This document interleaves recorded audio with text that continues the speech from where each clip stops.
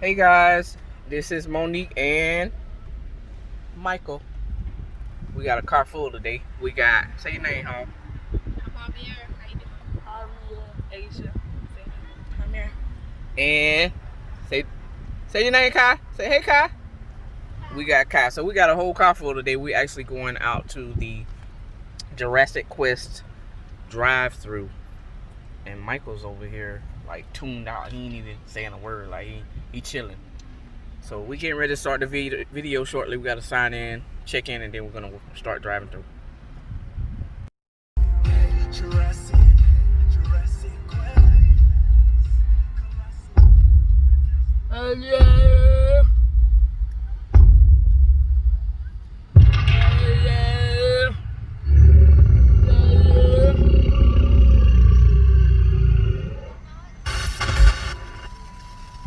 Hey there! Is this thing working? This is Dino Dustin. Here's one of your guides to Jurassic Quest Drive Through Safari. Before we go in, we should go over a few rules. To reach sizes of 6 feet across or more. The animal that looks kind of like a small dolphin is an ichthyosaurus. That name means fish.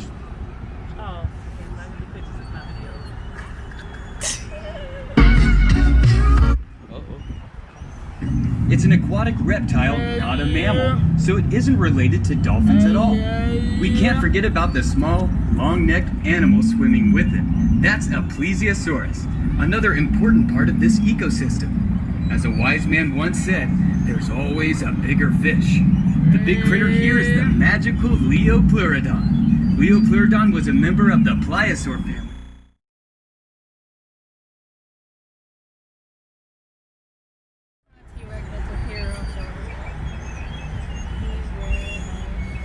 which is a kind of short-necked plesiosaur. It's important to point out that the animals you see here are not dinosaurs, but reptiles that lived in the ocean at the same time as the dinosaurs. Dinosaurs for the most part lived on land and had legs that went straight underneath their hips and not splayed out to the sides like lizards or crocodiles. Tricera, stop the audio tour until you reach the next scene. Hello everyone, this is Park Ranger Marty. Pleased to make your acquaintance. Outside of your vehicle is where we keep our Dilophosaurus. Dilophosaurus was a predator from the very beginning of the Jurassic period, around 200 million years ago. Now a lot of people have ideas of Dilophosaurus spitting poison or venom or acid, and a lot of them like a frilled neck lizard or a wild William Shakespeare, but not in Dilophosaurus as far as we know. Who can name the dinosaur here covered in plates? If you said Stegosaurus, you're right. Stegosaurus is a Jurassic plant eater whose back, neck, and tail were covered in bony plates. Stegosaurus had a special weapon. Along its tail, it had a set of spikes called a thagomizer that it would use to defend itself from predators. And the predator it had to worry about the most was Allosaurus. T-Rex isn't the only scary meat-eating dinosaur we have here at Jurassic Quest. Allosaurus was one of the larger predators. The big, long-necked dinosaur in this scene is a Apatosaurus. A Apatosaurus is what we call... So, This is the Dilophosaurus.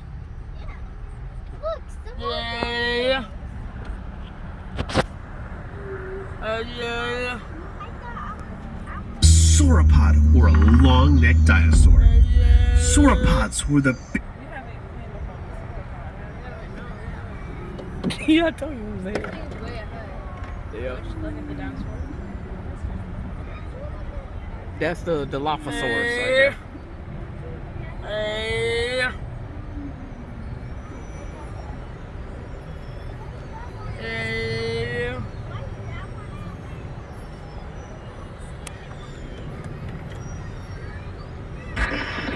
Tricera, stop the audio tour until you reach the next scene.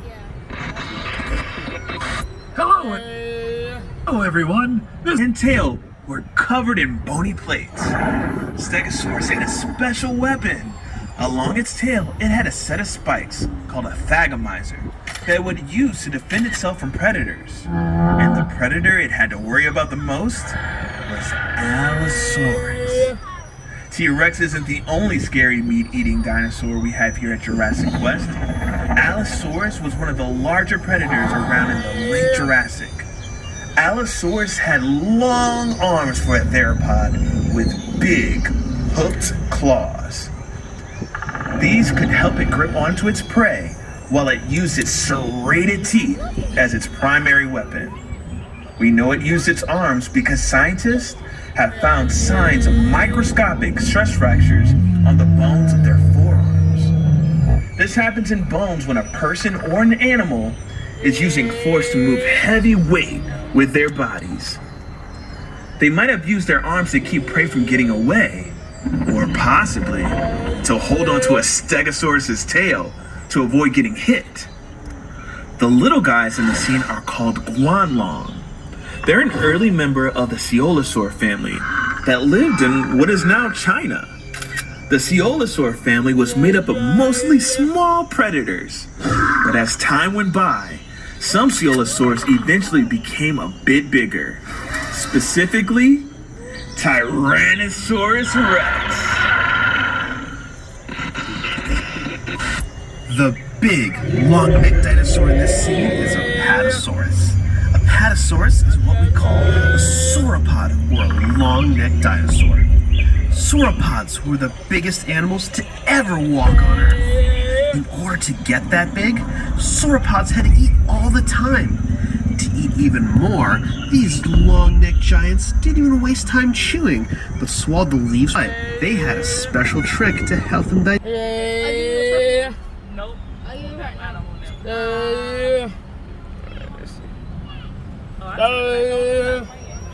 Nope. Oh, That's Asia, y'all. She's slipping. Y'all hear the video? That's Asia. Asia the one slipping, y'all. The Cretaceous was the longest of the three periods of the Mesozoic. The Cretaceous period saw all kinds of strange new life forms, including weird new plants that we call flowers. We're starting off in what is now England during the early Cretaceous, roughly 120 million years ago. The duck-billed dinosaur you see is what we call an iguanodon, and it's one of the first dinosaurs to be discovered and named. Some of you might have already guessed that iguanodon means iguana tooth. When iguanodon was discovered in England, no one had ever even heard of dinosaurs yet. So when it came time to name this bizarre new animal, Our quest has now taken us from Europe to the continent of Asia, still in the early Cretaceous. Okay. The dino you see here is Eutyrannus, the feathered tyrant. Eutyrannus is part of the Tyrannosauridae family. That means it's a relative of the T-Rex. Eutyrannus lived in the Liaoning province of China. What makes Eutyrannus special is that it is the largest dinosaur that we know of with feathers. We know that Eutyrannus had feathers because of where and when it lived. About 120 million years ago, a volcanic eruption blanketed much of the Liaoning province with hot ash. Like what happened at Pompeii thousands of years ago. While that was devastating to the animals at that time, it's great for paleontologists because it preserves soft tissue, in some cases including feathers. Hi, it's Park Ranger Marty again, and welcome to the early Cretaceous, North America. The furry guy is Utah Raptor. Now let's see, can anyone guess where Utah Raptor was discovered? That's right, Cincinnati. Just kidding, folks. Utah Raptor was found in Utah. Utah Raptor is the largest known member of the raptor family. Now behind him is a predator named Ceyx. Ceyx was a massive predator that lived at the end of the early Cretaceous. Very little is known about Ceyx due to how recent of a discovery it is. But it is thought to be a member of the Allosauridae group that lived into the early Cretaceous. Ceyx lived in North America at about the same time as some members of the Tyrannosaur family. But those Tyrannosaurs didn't get any larger than about the size of a Great Dane, because the Alpha Mostly ate fish. We know that because Spinosaurus's teeth have been found embedded in fossilized bones of a large fish. although they have also been found in the bones of other dinosaurs. Spinosaurus is a creature that was a mystery for a long time. Its fossils were discovered in 1912, but they were destroyed during World War II, when the museum they were in was hit during a bombing raid. It wasn't until the 1990s when Spinosaurus's fossils were rediscovered. In fact, we've learned more about the Spinosaurus in the last 20 years than we have in the last century. We now know that Spinosaurus was a massive predator that lived in and out of the water in marshy waterways of what we now know to be northern Africa, preying on fish the size of cars. Hey, Dustin, is this a secure line? Sure, I think. I just turned off the mic. Yeah, they definitely can't hear us now. What's up? I just noticed that the T-Rexes aren't in their areas. Do you know if they've been moved to another location? I haven't heard anything about moving them anywhere. They should both be there. I can check in with Nick and Marty to see if they know anything about this. That would be great. I'll organize a search. We need to find them soon, but we cannot get our guests worried. Let's keep this on the down low. Roger that. Go to the Arctic Ocean during the Cretaceous period. The Great Plains of what is now the United States and Canada used to be underwater.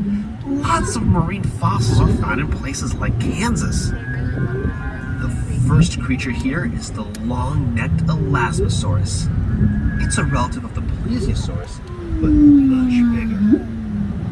Second is Archelon.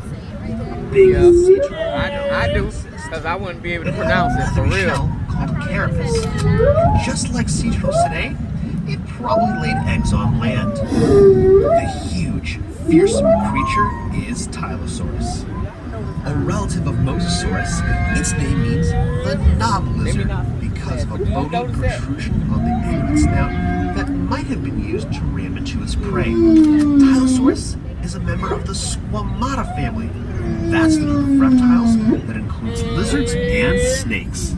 They had forked tongues for tasting scents in the water.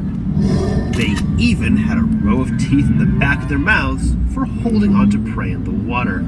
And that scary fish that you see that looks like a cross between a piranha and a tuna is Xiphactinus. Xiphactinus was a voracious predator that lived in the oceans all over the world. It could reach lengths of up to 20 feet long.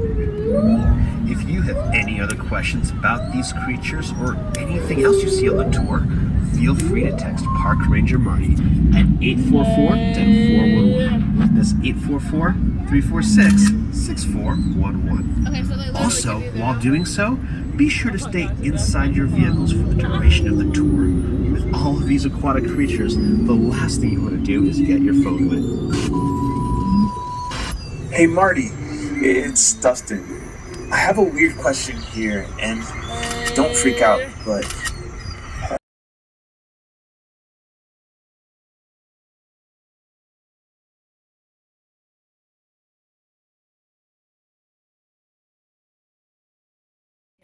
In late Cretaceous period, Y'all heard it, Asia. here we have three kinds of dinosaurs from Mongolia, starting with Velociraptor. Despite what you may have seen in movies, Velociraptor is not 6 feet tall, but actually about 3 feet tall, 6 feet long, and about 20 to 30 pounds. Oh, Just wow, think of that's an small. extra scary turkey. We also know that at least one Velociraptor attacked a Protoceratops, the next dinosaur in this scene. This is thanks to the fossil of a Velociraptor and Protoceratops found, who died still locked in combat. The Protoceratops broke the Velociraptor's arm with its powerful beak, moments before they were both buried in sand by a landslide. The other dinosaur in the scene, Oviraptor, has an unfortunate name, meaning egg thief. When this dinosaur was discovered, it was found over a nest of eggs thought to belong to Protoceratops. After later research, scientists realized it was sitting on a nest of its own eggs. But the name stuck and is still debated if Oviraptor actually... Here, with the long claws. The claws on its hands could grow up to 3 feet long, making them the longest claws in the animal kingdom. Most of what we know about Therizinosaurus comes from animals closely related to it. The only fossils we have of this animal are its shoulders, arms, and hands. It is believed to be an herbivore, but we are still looking for more fossils to know for sure. The dinosaur next to it is a Lorotitan, lived in what is now eastern Russia. It's in a special group of duck-billed dinosaurs called lambeosaurs, which are famous for the elaborate crests on their heads. These crests would have certainly served as display structures, but may also have been used in some lambeosaurs as resonating chambers to make sounds used to communicate effectively through the herd. Speaking of communication, I've been directed to ask you all to keep an eye out for any free-roaming dinosaurs that may or may not be wandering around the park. Hi, Park Ranger Marty here. Hope you're not mad at me about accidentally releasing the T-Rexes. Anyway, in this scene you see Xianchusaurus. Xianchusaurus is a tyrannosaur from China and is closely related to Alioramus from Mongolia. Both have awfully long, narrow noses for members of the tyrannosaur family. We're not sure what those noses may have been used for. Maybe to cut through water, making them faster, more accurate fishermen, or maybe they were specializing in smaller, faster prey, not needing the powerful bite of a T-Rex. Speaking of which, if you see one of them, please let one of our 4 security officers know. Now, scientists only described this dinosaur in 2014, so there are still a lot of unanswered questions about it. But I can tell you this much. In the United States, we do not typically refer to this dinosaur as Xianchusaurus. We typically just call it Pinocchio Rex. Now we travel to Argentina. The big animal you see in this scene is Giganotosaurus, arguably one of the largest meat-eating dinosaurs. Though it may look a lot like T-Rex, it's actually a much different animal. Unlike a T-Rex, it has 3 claws on each hand, a lighter bone structure, and teeth that were designed for slicing. Unlike a T-Rex's, which were meant for crushing through bones and ripping car tops open. Speaking of which, if you see one of our missing T-Rexes, please let one of our 3 security guards know where. And second largest in this scene is Carnotaurus, which means meat-eating bull because of peculiar horns on its head. It might have used its horns as a weapon against other predators. It's a very funny-looking dinosaur, not just because of the horns, but because of its tiny little arms. Carnotaurus has one of the smallest arms of any known dinosaur, even smaller than the T-Rex. The small dinosaur you see in this scene is Albersaurus, a small, fast predator that lived in Argentina during the late Cretaceous period. It's believed to have eaten insects. Ew. Please pause your audio tour until your dinosaur herd migrates on up to the next scene. And we're not even close to the next scene, so we're not so far. That truck's gonna speed. Hey, it's not easy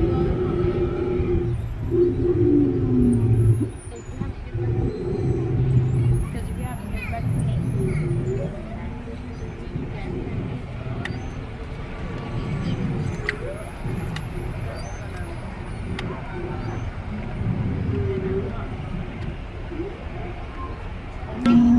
The dinosaur with the long crest on the back of its head is called Parasaurolophus. Parasaurolophus is a hadrosaur, a family of dinosaurs sometimes called duck-billed dinosaurs because of the shape of their snouts. Other hadrosaurs include Iguanodon, Ouranosaurus, Lorotitan, and Edmontosaurus, among many others. Parasaurolophus is a cool dinosaur because it's one of the few dinosaurs where we know what they might have sounded like. Paleontologists discovered that by looking at the crest on its head. What they found were tubes inside going back and forth between the nasal passage and the throat. When they recreated blowing air through their tubes, they discovered that the crest would have made a horn sound. The new script here just says make horn sounds. No, guys, I'm not gonna do that. Sarah,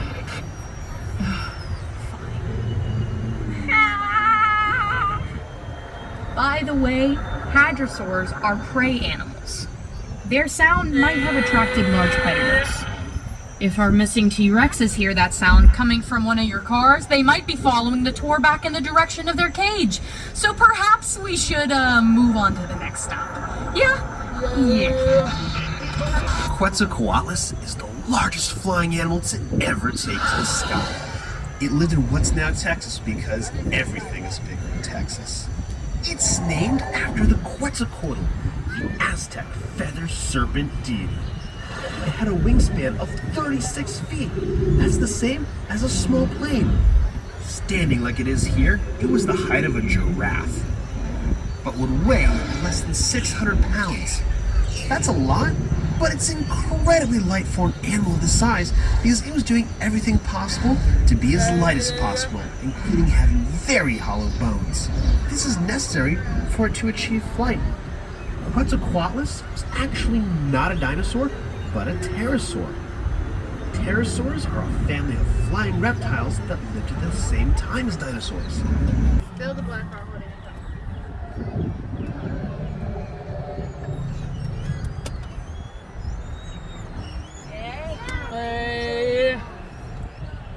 After a Mesopotamian bird demon, it is a large North American oviraptorid found in the Hell Creek Formation of South Dakota and had a beak with no teeth. Anzu is relatively a new discovery, and scientists are still trying to learn more about this creature. Make sure to pause your audio tour until you reach our next dinosaur scene.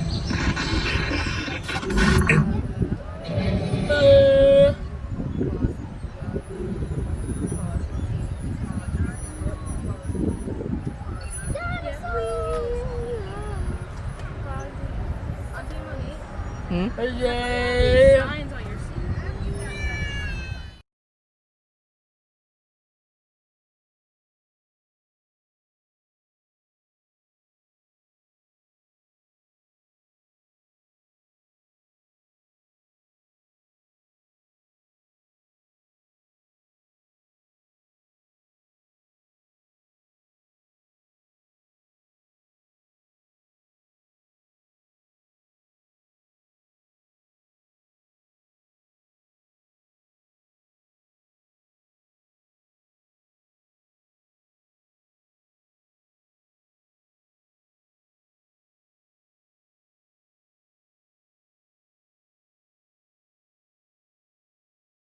Dinosaurs called ceratopsians, or horned-faced dinosaurs. The ones in this scene include Titanoceratops, Cosmoceratops, Styracosaurus, and Brachioceratops. Now, there are two families of ceratopsians, Chasmosaurines and Centrosaurines. Now, Chasmosaurines have two prominent eye horns above their eyes and a very large frill. Centrosaurines do not typically have prominent eye horns and tend to have smaller frills, but sometimes they have some rather ornate horns coming out of those frills. Now, if you'd like to learn more about ceratopsians or any dinosaur, you can text your questions to me at 844-DINO-411. That's 844-346-6411, and I'll be happy to help. This armored dinosaur is Ankylosaurus, also known as fused lizard. Ankylosaurus was armored from head to toe with bits of bones on their skin called osteoderms. They are known for having a bony club tail, which was used to swing back and forth as a weapon to deter predators. Scientists have even found a T-Rex fossil with a broken leg that was shattered at about the same height as an Ankylosaurus tail club. This suggests that Ankylosaurus could fight off a T-Rex, and possibly even win. The animal here is a Pachycephalosaurus, meaning thick-headed lizard, named after its thick, domed skull. It is often depicted as being used to headbutt each other for dominance, but some scientists think it is more likely used for display, and that the large dome didn't grow until much later in life, which has implications for the next dinosaur in this scene, Dracorex hogwartsia. And if that sounds like something from a Harry Potter book, that's because it's from a Harry Potter book. The name actually means Dragon King of Hogwarts because its skull looked a lot like the skull of a dragon. There are some who think that as this dinosaur aged, the shape of its skull changed, and that what we're really seeing here is a juvenile Pachycephalosaurus. But we won't know for sure until more fossils are found. I've got great news, everyone. Our brand new head of security, Lisa, has managed to locate one of the T-Rexes and lure it back to his area. That's great news because T-Rex is one of the most common favorite dinosaurs. So that means we can actually talk about the T-Rex, the Tyrant Lizard King, while we have one of them here to look at. Tyrannosaurus Rex had the most powerful bite of any land animal, between 8,000 and 12,000 pounds per square inch. They needed such a roof of a car. The powerful bite wasn't the only trick that T-Rex had on its very short sleeve. It also had something called a septic bite. T-Rex had very short arms. Ranger Marty can tell you all about them. They're his favorite. Make sure to pause your audio tour until you reach our next dinosaur scene. And finally, here at my favorite dinosaur, the Triceratops. The cool thing about Triceratops... No! The last T-Rex is in with the Triceratops' pen, and he's eating the Triceratops! Oh no, folks, this is terrible! That's my favorite Triceratops! Lisa, we've located the missing T-Rex! Lisa, do you copy?